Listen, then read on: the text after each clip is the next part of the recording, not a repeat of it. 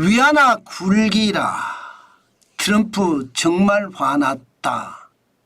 무슨 말일까요? 그냥 간단하게 생각을 하면요.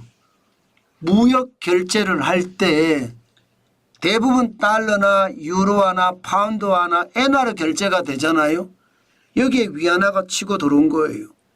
그러면서 엔화가 결제하는 것보다 더 많아지기 시작했습니다. 그런데 요즘 세계 시장의 움직임을 보면 브릭스라고 해서 중국과 브라질 뭐 등등이 만든 그 신흥국 연합체 여기가 뜨고 있거든요. 브릭스는 기본적으로 반미입니다.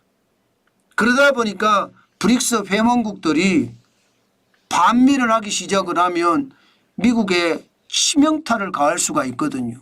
그런데 그 브릭스를 이끌고 있는 나라가 중국입니다.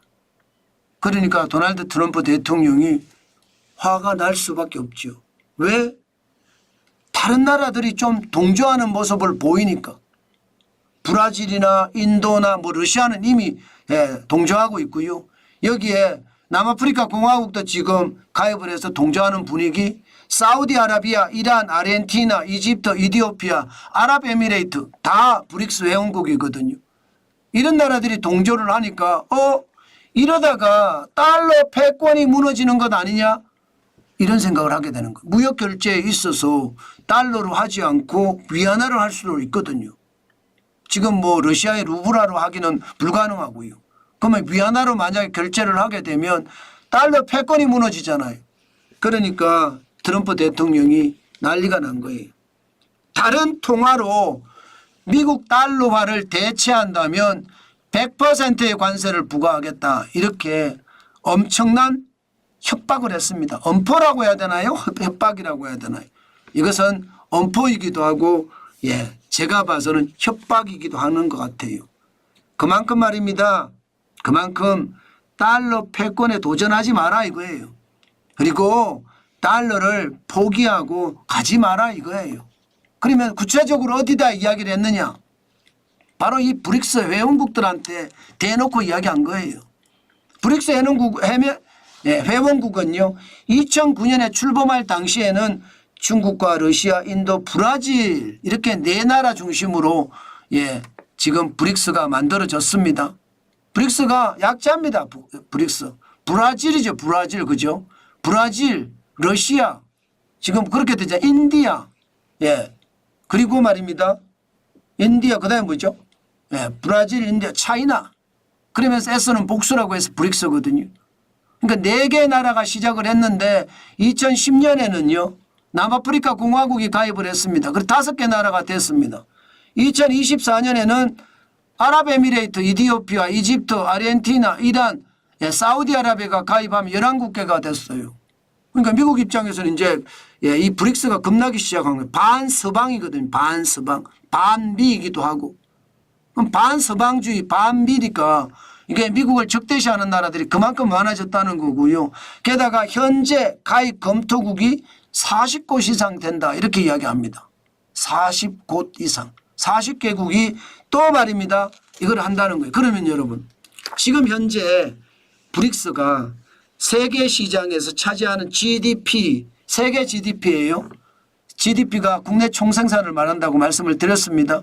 37.4%입니다. 37.4%. 그러면 여러분 이 나라들이 거래함에 있어서 결제 수단을 위안화로 쓰게 되면 어떻게 될까요? 위안화의 전 세계적인 가치는 굉장히 올라가겠죠. 실제 위안화는요. 굉장히 많이 올라갔습니다. 사우디아라비아가 유가를 결제할 때 위안화를 사용하고 있거든요. 그렇게 되고 나서는요. 2024년 4.71%까지 74%까지 올라갔습니다. 굉장히 빠르게 올라가죠. 2020년에 1.86%였습니다. 전체 국제결제 중에 사용하는 금액이 이게 2022년까지만 하더라도 2.20%였거든요. 2023년에는 3.06%로 늘더니 2024년에 4.74%까지 늘었습니다. 그러면 그만큼 결제 비중이 줄어드는 나라가 있겠죠. 어디가 줄어들까요? 달러가 줄어드는 거예요. 달러가 이제는요 47.81%로 줄어들었고요. 유로화는 23.47, 영국의 파운드화는 7%고요. 중국의 위안은 4.74%. 네, 상대적으로 생각을 하면 여러분 보시는 것처럼 엔화는 3.62%까지 떨어졌습니다. 엔화가 진짜로 많이 떨어진 거죠. 와, 이거 생각을 하면 충격적이다 이렇게 생각을 할 수밖에 없습니다. 여러분 이런 상태에서 도널드 트럼프 대통령이 화가 안 날 수가 있겠습니까?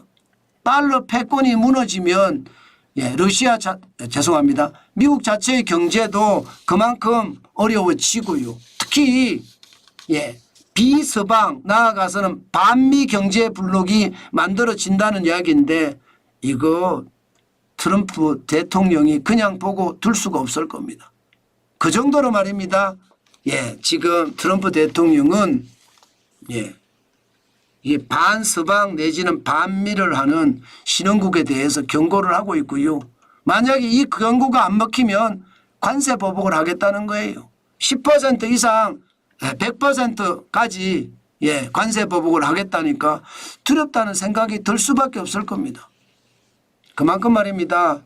트럼프는 지금 그 어느 때보다 굉장히 강하게 시장을 보고 있으면서 관세라는 무기로 전 세계를 송두리째 휘두르려고 그런다 이런 생각이 듭니다.